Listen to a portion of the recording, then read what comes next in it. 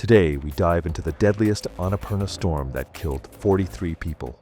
Negligence and greed led a government to collect money from every trekker for a safety system that never managed to warn a single person, even with a cyclone predicted days ahead. The haunting decisions that followed left survivors stepping over frozen bodies for 20 hours just to escape.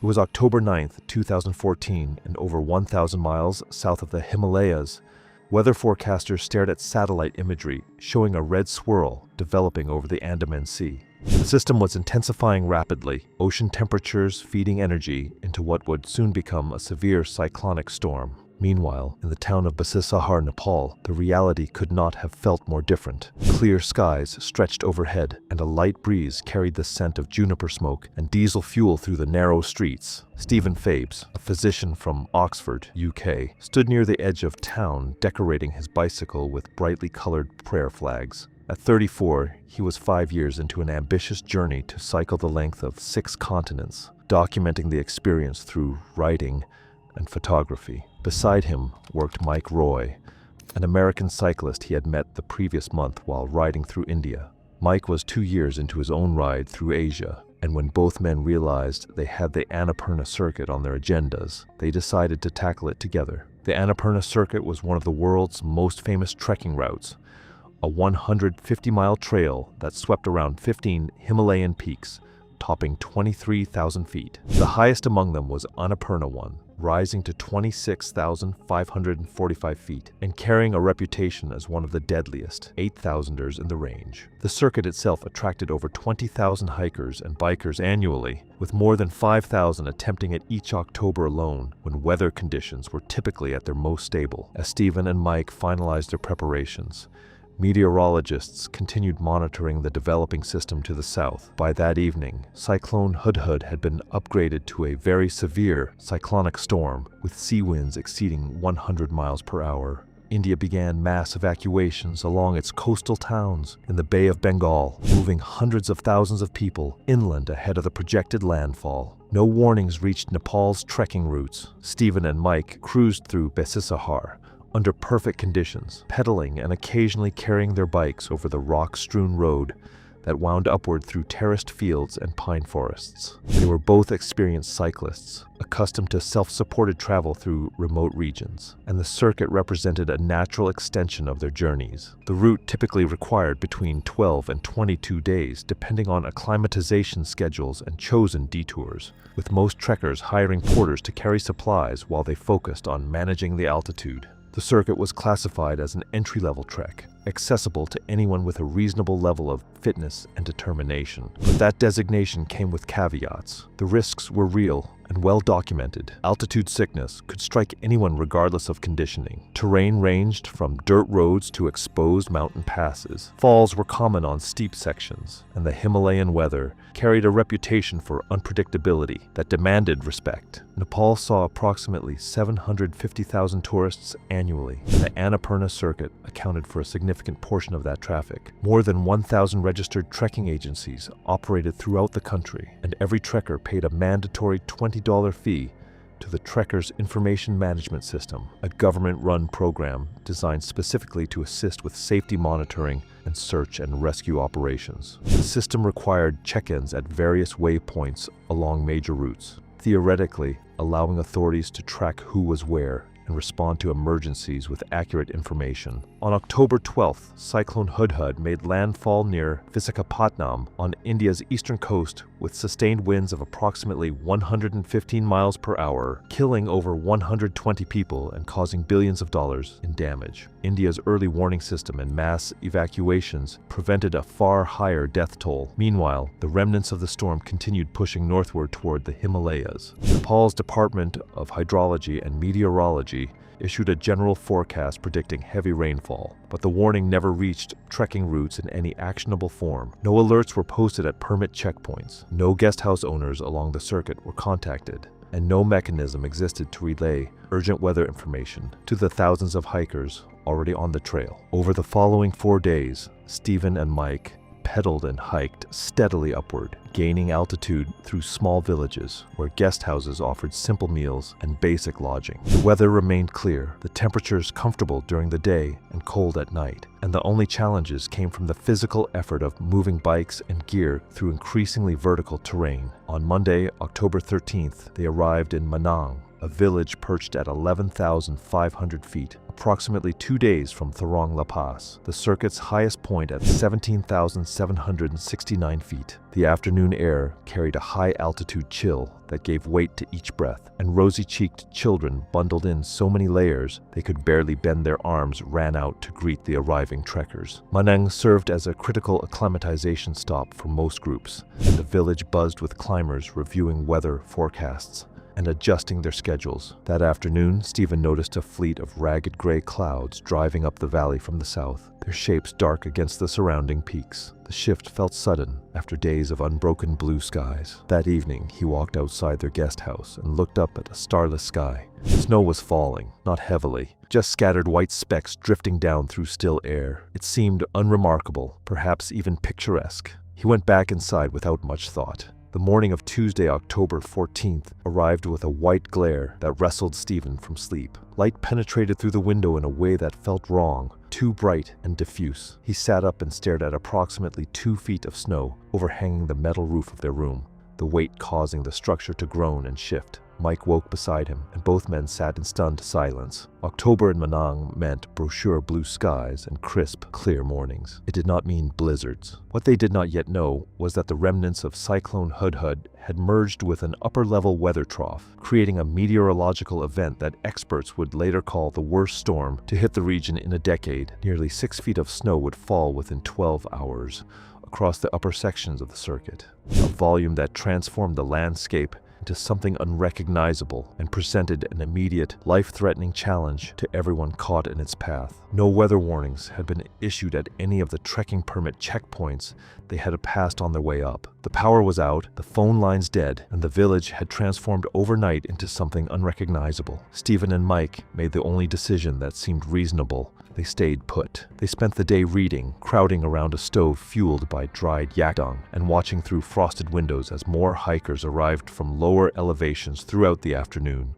Manang filled with stranded adventurers, all staring at the same white sky and wondering how long the storm would last. Higher on the mountain, more than 200 hikers were departing from Thorong Phidi at 14,600 feet, and High Camp at 15,900 feet. Many wore sneakers and jeans, clothing choices that reflected both inadequate research and the assumption that October weather on the Annapurna Circuit posed minimal risk. The initial snowfall appeared light. Flurries were not uncommon, even during the dry season at 17,000 feet, and most groups departed with hopes that the precipitation would diminish as they climbed. The wind was blowing east to west, which meant a tailwind pushed most trekkers toward the pass, making the climb feel easier than it was, and encouraging groups to continue when conditions were already deteriorating. An American couple from Michigan left Thorong Phidi around 8 a.m.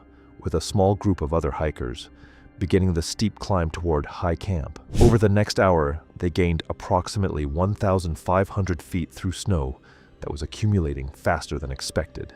During the ascent, they witnessed an avalanche thunder down a slope not far from their route, the sound rolling through the valley like sustained artillery fire. The snowfall was intensifying rapidly now, visibility deteriorating into full whiteout conditions where the ground became indistinguishable from the sky. The couple reached High Camp and decided immediately to wait out the storm rather than continue toward the pass. A young mountain guide from Colorado was already at High Camp when the weather worsened. He had planned to cross Thorong La that morning, but was experiencing dizziness and a persistent headache, telltale signs of altitude sickness that his professional training had taught him never to ignore. He decided to remain at High Camp and monitor his symptoms. Throughout the morning, he watched scores of trekkers depart into the increasing snowfall, and the sight filled him with unease. Many didn't appear to be seasoned hikers. Their movements were uncertain, their gear inadequate, and their pace suggested they were already struggling with the altitude before adding the storm to their burden. He would later express deep concern about what he witnessed that morning.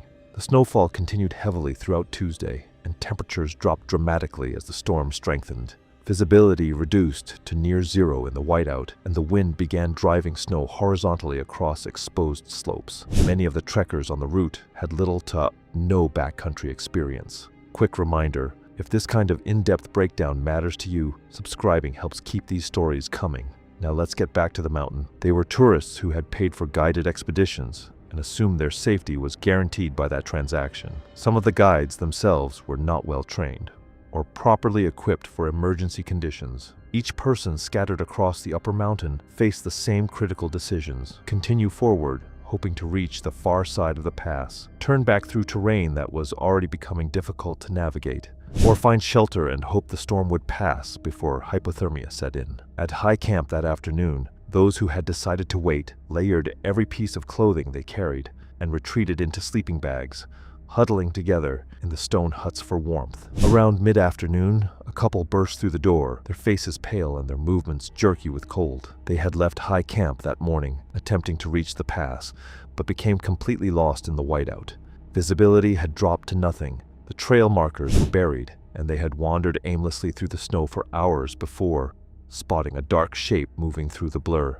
It was a porter leading his horse back down toward high camp, and the couple followed him to safety. Later that afternoon, another porter arrived at high camp carrying a hastily written note. The message was brief and terrifying. Israeli trekkers were stuck somewhere high on the pass in mortal danger and needed immediate help. The note would eventually reach the Israeli embassy in Kathmandu, which became one of the first international bodies to raise an alarm and call for rescue assistance. But at high camp, those gathered in the stone hut could only look at each other with growing dread. The trail was buried under fast-falling snow that had erased any trace of the path. The route to the pass was no longer visible, and visibility remained near zero. The reality settled over the group like a physical weight. An unknown number of people were scattered across Thorong La in deadly conditions, and there was no way to reach them without getting lost in the same whiteout that had trapped them. Maya Ora, a young Israeli trekker, had departed high camp earlier that morning with a large group of friends. Their guides had assessed the conditions and told the group it was acceptable to proceed.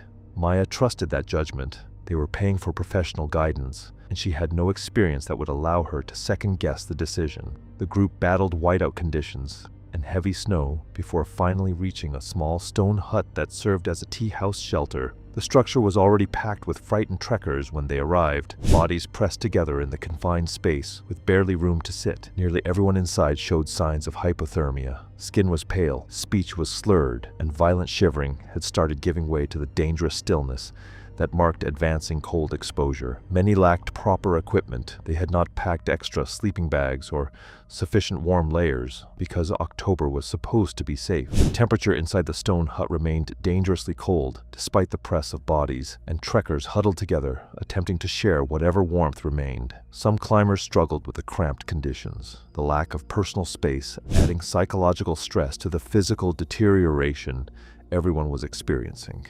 As the hours stretched on, porters and guides inside the stone hut began approaching tourists with offers. For money, sometimes hundreds of dollars, they would lead climbers down the mountain to safety. It was a brutal marketplace. Desperation, meeting opportunity, and multiple trekkers paid for the assistance. Some of Maya's friends handed over cash and left with the guides who promised to navigate them through the storm. At one point, the tea house owner himself decided to evacuate the shelter entirely, telling everyone to leave and promising to guide them down through the storm. Of the roughly 30 people who followed him out into the blizzard, only a handful made it safely to the nearest village. Over the next 20 hours, those who remained endured cold that penetrated through every layer of clothing and sleeping bag insulation. Energy reserves depleted as bodies burned calories trying to maintain core temperature in conditions where warmth was impossible to sustain. Somewhere else on the route, scattered among the whiteout and buried trail markers, an English hiker was fighting his own battle with navigation. He would later describe to media the surreal quality of the storm.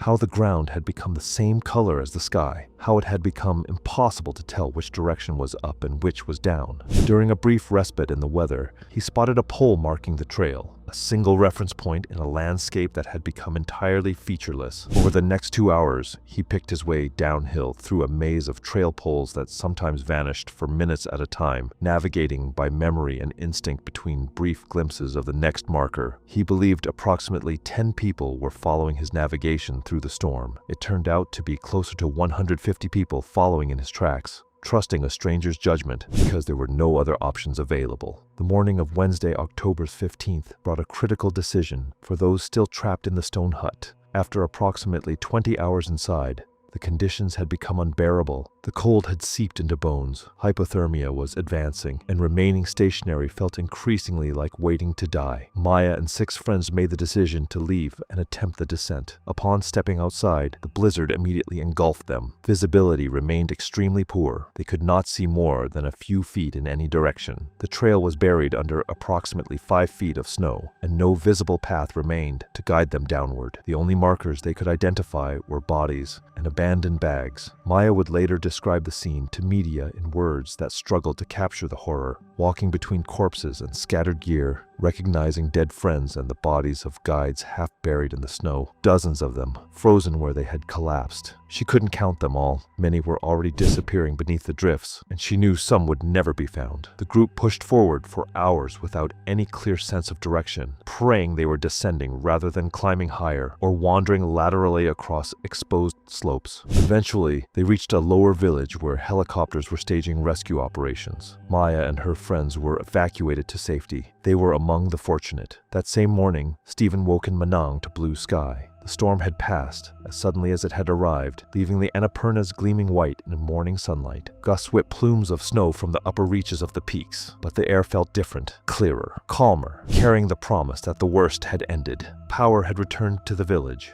and when Stephen found a working internet connection, he pulled up BBC News and felt his stomach drop. The headlines reported deaths on the Annapurna Circuit. Initial numbers were vague. 9 bodies identified, at least 140 people still missing. Stephen joined the anxious crowds of trekkers surrounding Manang's few functioning computers, everyone desperately trying to email families and loved ones to confirm they were safe. Websites began publishing lists of hikers with status updates beside each name: safe, deceased, unknown, unknown, unknown. The repetition of that word, unknown, carried a weight that grew heavier with each refresh of the page. The drone of helicopters became constant throughout the day. Nepali government helicopters painted olive green joined the bright red search and rescue models, and the aircraft shuttled back and forth between the upper mountain and Pokhara, ferrying the dead and injured down to hospitals and morgues. This was becoming the biggest rescue effort ever conducted in the region. The scale of the operation made clear that the death toll would climb significantly from the initial reports. Foreign doctors volunteering at Manang's medical clinic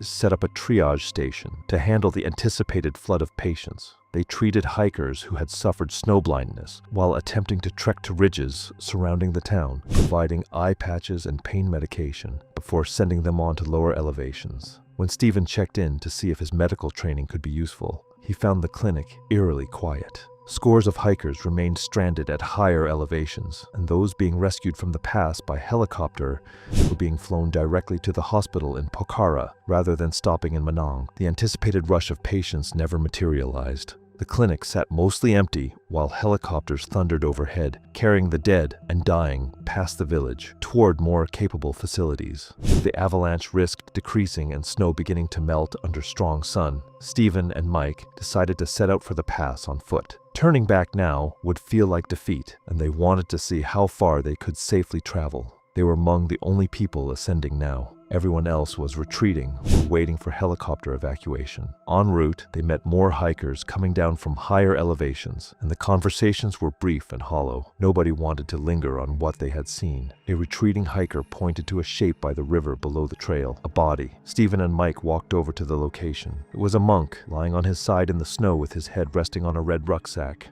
A blanket had been draped over his legs, and one of his hands was balled into a fist as if still gripping something. The body was frozen solid, ice crystals forming across exposed skin. An army helicopter hovered above them, the rotor wash kicking up snow and debris as the crew prepared to lower recovery equipment. Stephen and Mike continued trekking in silence after the helicopter lifted away with its cargo. They passed sprawls of avalanche debris that looked like frozen ocean waves, pale and chaotic across the slopes. The They found footprints in the snow heading in the opposite direction, tracks left by people who had successfully descended and were now safe in lower villages. The sight of those footprints felt like evidence of survival, small proof that escape had been possible for some. At high camp, Stephen's head ached with altitude, the thin air making thought feel sluggish and heavy. They were now the only foreigners at this elevation, aside from one Chinese hiker who was also attempting to continue upward. Everyone else had either turned back or been airlifted out by the rescue helicopters. After a brief rest, Stephen and Mike continued climbing toward the pass.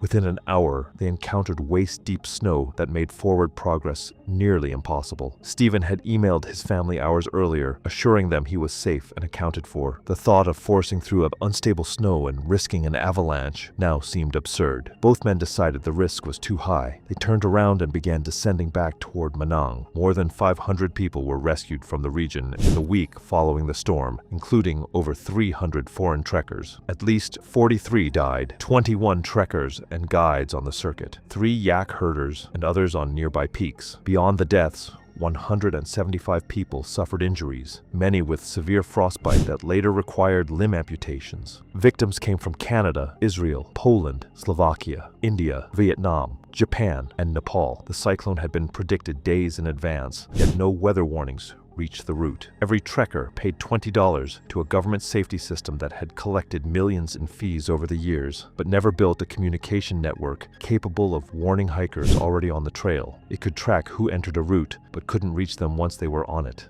Nepal's prime minister promised improvements. The Himalayas remained as beautiful as before. Tranquility had returned as quickly as it had vanished. Thanks for watching. Want to watch more? Click on your screen now.